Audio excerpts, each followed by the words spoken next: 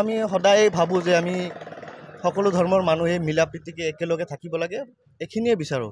এই ধৰ্মীয়কৰণ কৰি একাংশ ৰাজনীতিবিদৰ মানে লাভালাভ হৈ আছে, বুজি পাই আছোঁ। আগৰ পৰা যেনেকুৱা হিন্দু মুছলমান যেনেকুৱা একত্ৰ মিলত চলি আছোঁ, আমাৰ তেনেকুৱা সমাজটো তেনেকুৱা মিলত থাকিব লাগে। আমি শুই থকা হিংসক জগাই নল'ব।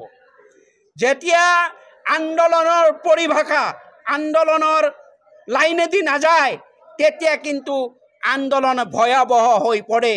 হেল্ল' বন্ধুসকল, মই জাহিদুল ইছলাম, আপোনালোকে চাই আছে ভইচ অফ কলকাছিয়া। আজি এনে এটা বিষয়ৰ ওপৰত ৰাইজৰ প্ৰতিক্ৰিয়া ল'বলৈ যত্ন কৰিম। আপোনালোকে জানে যে উজনি অসমত শিৱসাগৰত কেইবাটাও জাতীয় সংগঠনে মিয়া খেদাও আন্দোলন আৰম্ভ কৰিছে। মই উপস্থিত আছোঁ নামনি অসমত। এই সম্পৰ্কে মিয়া খেদাও আন্দোলনত নামনি অসমৰ ৰাইজে কি ধৰণৰ প্ৰতিক্ৰিয়া ব্যক্ত কৰে, আমি ৰাইজৰ পৰা কিছু মন্তব্য ল'বলৈ যত্ন কৰিম। উজনি অসমত একাংশ দল সংগঠনে মিয়া খেদা আন্দোলন আৰম্ভ কৰিছে, আপোনালোকৰ কি ধৰণৰ প্ৰতিক্ৰিয়া? অসমৰ মাননীয় মুখ্যমন্ত্ৰী হিমন্ত বিশ্ব শৰ্মা ডাঙৰীয়া সম্পূৰ্ণভাৱে ব্যৰ্থ হৈছে। তেখেতে ব্যৰ্থ হোৱাৰ কাৰণে তেখেতৰ গাদী নথকা গাদী ৰক্ষা কৰাৰ হাতত আচলতে এই জাতীয় জনগোষ্ঠী যিসমূহ ছাত্ৰ তেওঁলোকে আচলতে মোৰ ধাৰণা হয় যে তেওঁলোকক ইউজ কৰি আছে। চৰকাৰে তেওঁলোকে ব্যৱহাৰ কৰি হিন্দু মুছলমানৰ যে ট্ৰাম্প কাৰ্ড তেওঁলোকে খেলিব বিচাৰিছে 26ৰ আচলতে নিৰ্বাচন বৈতৰণি পাৰ কৰাৰ কাৰণে। এজন মানুহে দোষী কৰিছে, তাৰ কাৰণে সম্পূৰ্ণৰূপে এটা জনগোষ্ঠীক দোষাৰোপ কৰাটো কিমান গ্ৰহণযোগ্যতা আছে, কিমান দূৰ গ্ৰহণযোগ্যতা আছে? আচলতে যিসকল দৰ্শনে তেওঁলোক গুলীয়াই হত্যা কৰক, ফাঁচীত দিয়ক, ফাৰ্ষ্ট ট্ৰেক আদালতত দিয়ক, তেওঁ কৰক, আমি সম্পূৰ্ণৰূপে সমৰ্থন জনাম। তেওঁ ঘটনা সংঘটিত হোৱাৰ লগতে আমচুৰ তৰফৰ পৰা সমগ্ৰ অসমতে মুছলমান সমাজে স্বতঃস্ফূৰ্তভাৱে ওলাই আহি প্ৰতিবাদ সাব্যস্ত কৰিছে। অনুৰূপ ধৰণে হুজাইত যিদৰে দৰ্শন কাণ্ড সংঘটিত হৈছে, এখন শিক্ষকে দৰ্শন কৰিছে, এজন পূজাৰীয়ে দৰ্শন কৰিছে, তেওঁলোকৰ বিৰুদ্ধে কিয় আচলতে ব্যৱস্থা গ্ৰহণ নকৰে? ইয়াৰ কাৰণ হৈছে তেওঁলোকে হিন্দু মুছলমানৰ এটা ট্ৰাম্প কাৰ্ড খেলিব বিচাৰিছে। হয়, ধন্যবাদ জনাইছোঁ। আৰু বেলেগ আৰু একাংশ মানুহ আছে, তেওঁলোকৰ পৰা জানিম যে উজনি অসমত যিটো মিয়া খেদা আন্দোলন আৰম্ভ হৈছে, এই ক্ষেত্ৰত আপুনি কি কয়? নামনি অসমৰ পৰা কি ধৰণৰ প্ৰতিক্ৰিয়া? একচুৱেলি মিয়া শব্দটো কি? মিয়া ক'ৰ পৰা আহিল, কেনেকৈ আহিল, কি মিয়া মানে যেনেকৈ তুচ্ছ তাচ্ছলা কৰি আছে উজনি অসমৰ পৰা, আমি বিভিন্ন মাধ্যমত ছ'চিয়েল মিডিয়াত দেখা পাই আছোঁ। আজি প্ৰশাসকৰ হাতত মানে লগত লৈ উজনি অসমৰ কিছু দল সংগঠন, বীৰ লাচিত সেনা বা আছুৱে একেলগ হৈ যেনেকুৱা মানে যি এটা মানে স্বৈৰাচাৰী আৰম্ভ কৰিছে, এইটোতো একদম মানে ভিত্তিহীন, মানে কি মানে ক'বলৈ ভাষা নাই আৰু। এইবিলাক ধৰ্ষণৰ কোনো ধৰ্ম নাই, অপৰাধীৰ কোনো ধৰ্ম নাই, কিন্তু এইটো আমাৰ অসমৰ মুখ্যমন্ত্ৰী ডাঙৰীয়া তেখেতে নিজে ৰাজনীতিক চিন্তাধাৰা, নিজৰ পাৰ্চনেল মুনাফাৰ কাৰণে এইটো এটা বিভাজন লগাই তেখেতৰ নিজৰ ৰাজনীতিক মুনাফাৰ মানে চিন্তা কৰি আছে। বাকী হয়, ধন্যবাদ জনাইছোঁ। আচ্ছা, উজনি অসমত যিটো মিয়া খেদা আন্দোলন আৰম্ভ হৈছে, আপোনালোকে কি কয়, কি প্ৰতিক্ৰিয়া? উজনি অসমত একচুৱেলি যিটো কথা আপুনি কৈছে, মিয়া এইটো কি শব্দ?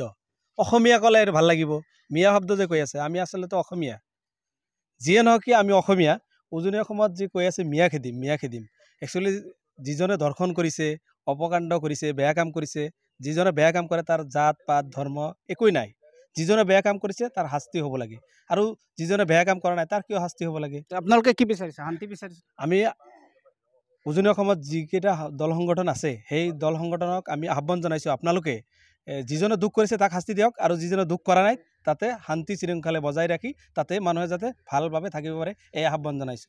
হয়, ধন্যবাদ জনাইছোঁ। খুব সুন্দৰ কথা কৈছে যে উজনি অসমত যিটো মিয়া খেদা আন্দোলন আৰম্ভ হৈছে, আপোনালোকে নামনি অসমৰ পৰা কি কয়, কি প্ৰতিক্ৰিয়া?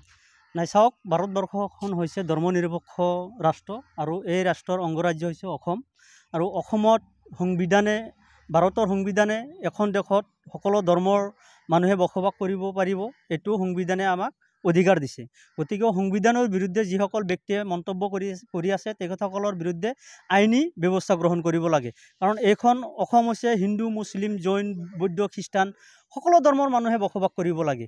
সেই এটা দৰ্শন কাণ্ড লৈ যি মানে মেয়া খেদা তেখেতসকলে অভিযান আৰম্ভ কৰিছে, এইটো খুবেই নিন্দনীয়, ঘৃণনীয়। আমি তেখেতসকলক আহ্বান জনাইছোঁ যে হিন্দু মুছলিম ভাই শংকৰ আজানৰ দেশ এইখন দেশ, গতিকে আমি সকলোৱে মিলা প্ৰীতিৰে বসবাস কৰিব লাগে, আৰু যিয়ে দৰ্শন কৰিছে তেখেতক শাস্তি হ'ব লাগে। কেৱল মুছলমান বুলি নহয়, যিকোনো ধৰ্মৰ মানুহেই দৰ্শন কৰক বা দেশ বিৰোধী কাৰ্যকলাপৰ লগত জড়িত হওক বা ড্ৰাগছ বা বিভিন্ন অপৰাধজনিত কাৰ্যকলাপৰ লগত জড়িত হওক সেইসকলক শাস্তি প্ৰদান কৰক। হয়, আৰু বেলেগ একাংশ ৰাইজ আছে, আমি তেওঁলোকৰ পৰা অলপ ভাষ্য ল'ম। হয়, উজনি অসমত আৰম্ভ হোৱা মিয়াখেদা আন্দোলনৰ প্ৰতিক্ৰিয়া ল'বলৈ মই নামনি অসমৰ বামুণটাৰীত উপস্থিত হৈছোঁ। ইয়াত বামুণটাৰীৰ ৰাইজে কি ধৰণৰ প্ৰতিক্ৰিয়া ব্যক্ত কৰে আমি ৰাইজৰ পৰা অলপ ল'বলৈ যত্ন কৰিম। ইয়াতে কিছুমান মানুহ আছে বাটত, আমি তেওঁলোকৰ পৰা অলপ ভাষ্য ল'ম। দাদা অলপ এটা দোকানত আহিছোঁ মই যে আপোনালোকে ছ'চিয়েল মিডিয়াত দেখিছে উজনি অসমত মিয়াখেদা আন্দোলন আৰম্ভ হৈছে।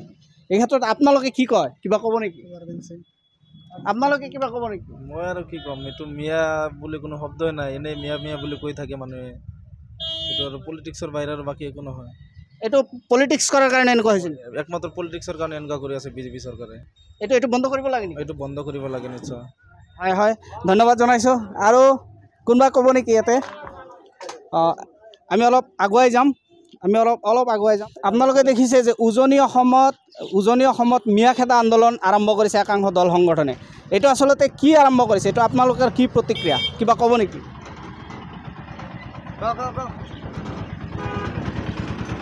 আপুনি কিবা ক'ব নেকি? মিয়াখেদা আন্দোলন আৰম্ভ হৈছে, এইটো আপুনি ভাল পাইছে নে বেয়া পাইছে? যি তাৰমানে সেই কামটো কৰিছে, তাৰমানে সেইটো তাক বিচাৰ কৰিব লাগিব। মিয়াৰ কথা টাৰ্গেট কৰিব নালাগে না। আৰু অলপ আগুৱাই যাওঁ। ৰাইজৰ ভাষ্য ল'বলৈ আমি আৰু অলপ আগুৱাই যাম। চাওঁ বেলেগ ৰাইজে কি কয়।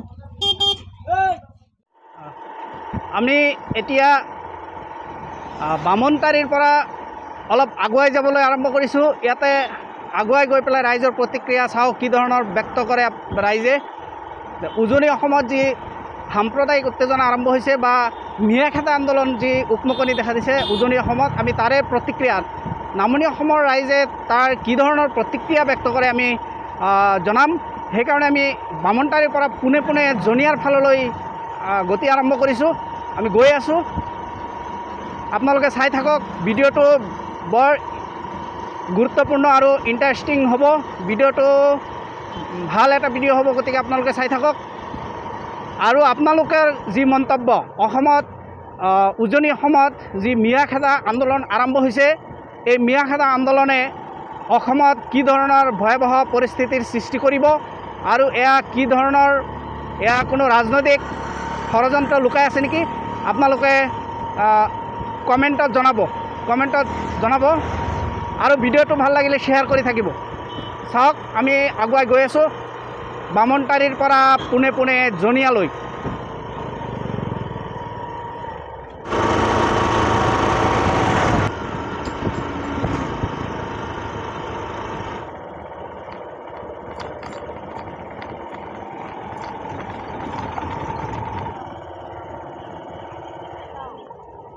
পোনে মই আহি উপস্থিত হৈছোঁ বেকী নদীৰ কৰাৰকুৰ ব্ৰিজৰ ওচৰত।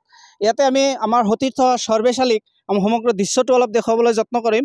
ইয়াতে কিছুমান ৰাইজ আছে, আমি তেওঁলোকৰ পৰা অলপ ভাষ্যটো ল'ম। উজনি অসমত মিয়াখেদা আন্দোলন আৰম্ভ কৰিছে একাংশ দল সংগঠনে। এইটো আপোনালোকে কিবা ক'ব নেকি? আপোনালোকে কি কয় এইটো আচলতে? খেদিব নোৱাৰে, আচলতে কেনেকৈ খেদাব? মিয়া খেদিব নোৱাৰেতো, মুখী যে কৰিলেও হ'ব না। মিয়াসকল আচলতে এই দেশৰ নাগৰিক হয়নে নাই? এই দেশৰ নাগৰিক, সব কথা মিয়াই এই দেশৰ নাগৰিক আছে, ভাৰতৰ নাগৰিক। ভাৰতৰ নাগৰিক। এইটো এনেই কিবা ৰাজনীতি কৰি আছে বুলি ভাবে? এতিয়া ৰাজনীতি কৰি আছে হিচাপত, তেনেকুৱা কৰিব নালাগে এনেকৈ কৰাৰ। ঠিক আছে, এটা সাধাৰণ মানুহ এগৰাকীয়ে তেখেতে সুন্দৰ বক্তব্য দিছে যে মিয়াখেদা আন্দোলন আৰম্ভ কৰিছে একাংশ দল সংগঠনে। আপুনি কি কয় ৰাইজ হিচাপে, কি ক'ব? সকলোৱে মিলি চলিব লাগিব। মিয়াসকল এই দেশৰ নাগৰিক হয়নে নাই?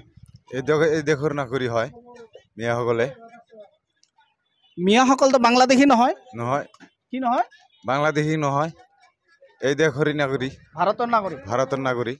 আৰু অলপ আগুৱাই যাব বিচাৰিছোঁ, জনিয়াৰ ফালে আগুৱাই যাব বিচাৰিছোঁ। মই আহি উপস্থিত হৈছোঁ সেই কলগাছিয়াৰ কৰাৰকুৰ বেকী দলঙৰ ওপৰত।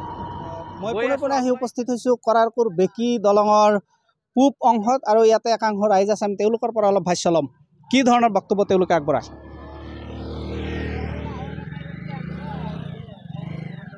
উজনি অসমত মিয়া খেদা আন্দোলন এটা চক্ৰই আৰম্ভ কৰিছে, এটা সংগঠনে কেইবাটাও সংগঠনে আৰম্ভ কৰিছে। আচলতে এই সম্পৰ্কে আপোনালোকে নামনি অসমৰ পৰা কিবা ক'ব নেকি, কি মন্তব্য কৰিব? মানে ভালকৈ বস্তুটো বুজি পোৱা নাই মই। মিয়া খেদোৱা মিছ মানে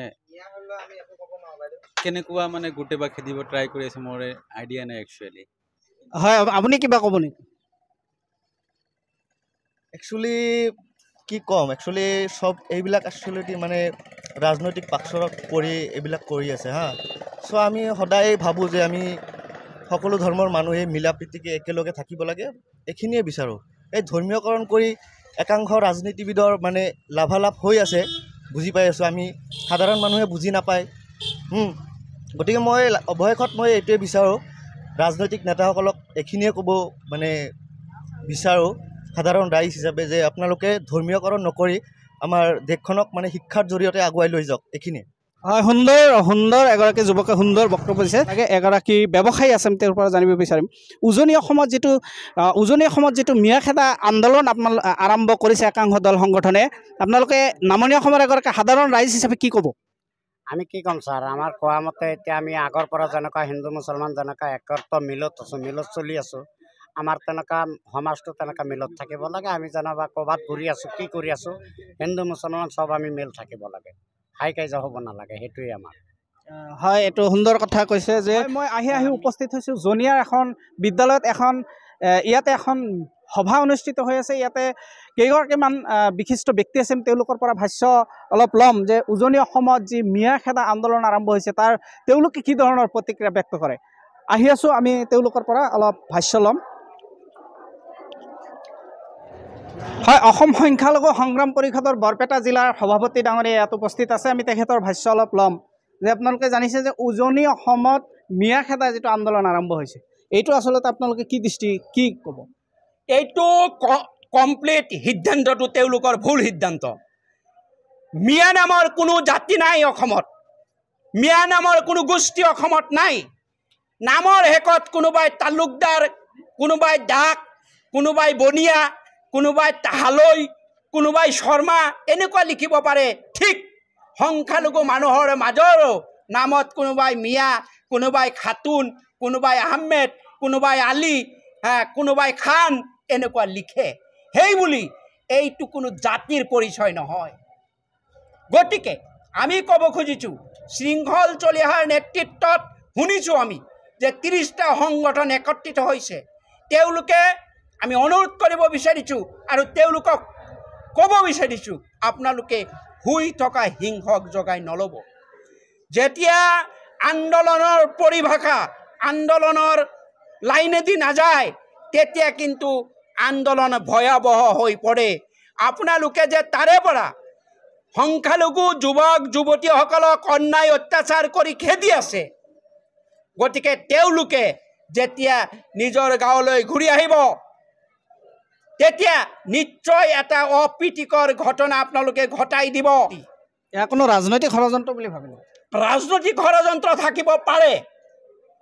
যদি ৰাজনৈতিক ষড়যন্ত্ৰ থাকে, তেনে ৰাজনৈতিকভাৱেই সেই ষড়যন্ত্ৰ মষিমূৰ কৰাৰ কাৰণে অসম সংখ্যালঘু সংগ্ৰাম পৰিষদে বদ্ধপৰিকৰ। হয়, ধন্যবাদ জনাইছোঁ। এয়া আছিল আমাৰ আজিৰ এপিছড।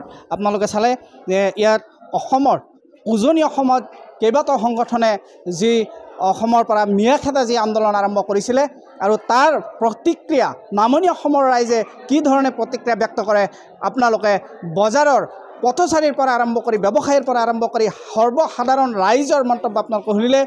ভিডিঅ'টো যদি ভাল লাগিছে আপোনালোকে শ্বেয়াৰ কৰিব, কমেণ্ট কৰিব, লাইক কৰিব আৰু আমাৰ ইউটিউব চেনেলটো ছাবস্ক্ৰাইব কৰি ৰাখিব আৰু লগতে আমাৰ ফেচবুকত থকা পেজটো আপোনালোকে ফ'ল' কৰি আমাৰ উৎসাহিত কৰিব। আজিৰ কাৰণে এই এপিছডটো ইমানতে সামৰিছোঁ। ধন্যবাদ।